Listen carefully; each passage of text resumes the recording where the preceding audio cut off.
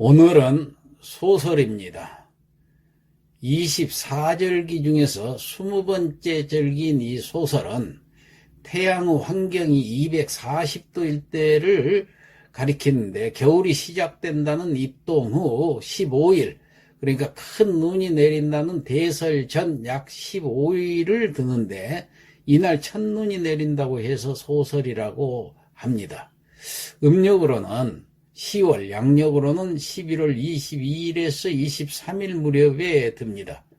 소, 적을 소자, 이 소는 땅을 헤치고 나온 작은 풀싹으로 작다는 뜻의 글자고, 눈설자 이 설은 비가 얼어서 내리는 눈발을 손으로 밟는 모양으로 펑펑 내리는 눈을 뜻하는 글자로, 이 소설은 눈이 비교적 적게 내린다는 뜻으로 쓰인 절기이고, 시기는 첫 겨울의 정후가 보여 눈이 내린다는 의미를 지니고 있습니다.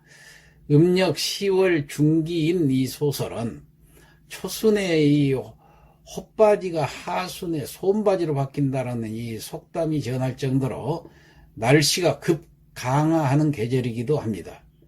소설 때부터 살얼음이 잡히고 땅이 얼기 시작해서 점차 겨울 기분이 든다고 하지만은 아직은 한겨울에 든 것은 아니어서 따뜻한 햇볕이 강간 내리쬐기 때문에 소춘이라는 말로 표현하기도 했는데, 이때는 평균 기온이 5도 이하로 내려가면서 첫 추위가 다가옵니다. 우리나라에서는 소설을 명절로 생각하지는 않지만은 눈이 내릴 정도로 추위가 시작되기 때문에 겨울 채비를 하는데 사람들은 소설 전에 김장을 하기 위해서 서두릅니다.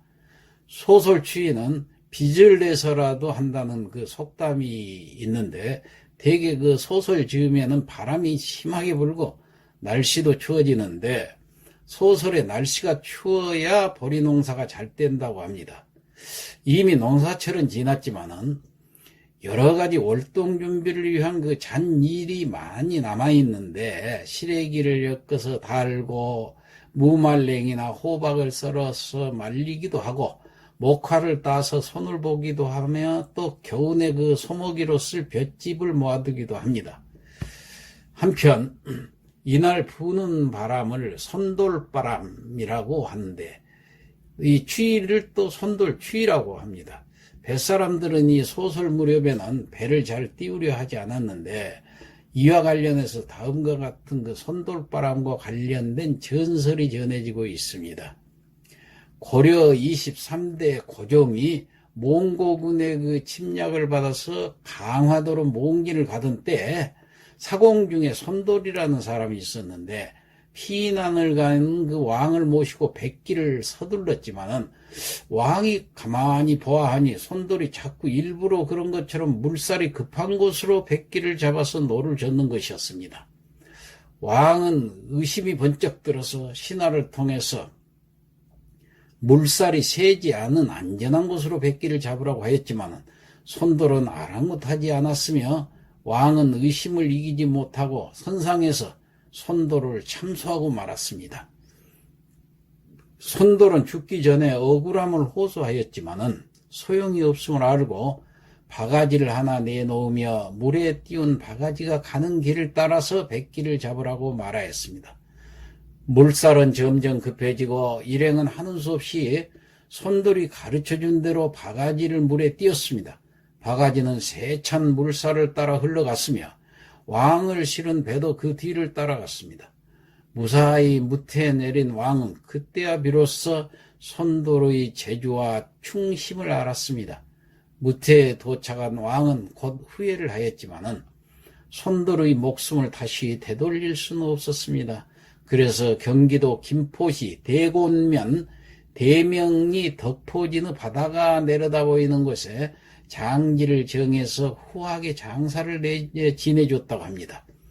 이때가 10월 20일이었는데, 매년 소설 즈음인 이맘때가 되면은 찬바람이 불고 날씨가 추워지는 것은 억울하게 죽은 손돌의 그 영혼 때문이라는 전설이 전해지고 있습니다.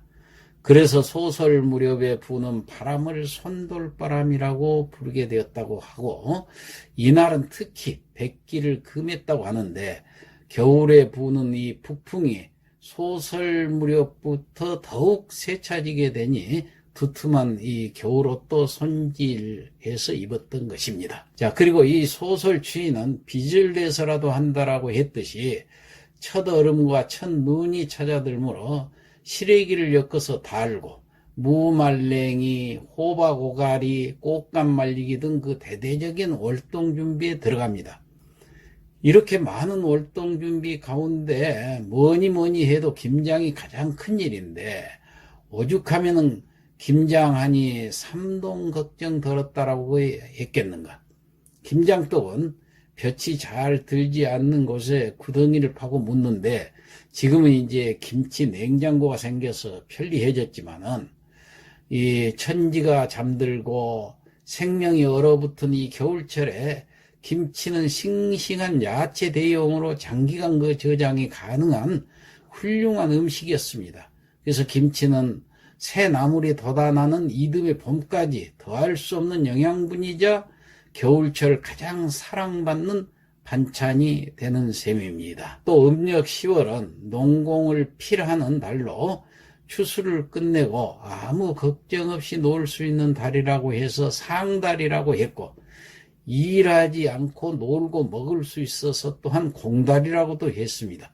농가에서는 배추와 무를 절여서 김장을 담그고, 들나물도 절여서 담그고, 또 겨울을 준비하는데 이때는 벼 건조 및 저장하기라든가 추곡 수매와 담배 수매를 제외하고는 뭐 큰일이 없었어요.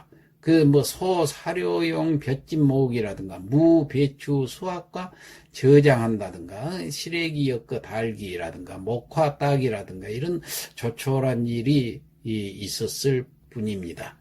자, 이상 소설에 대해서 살펴보았습니다. 마치겠습니다.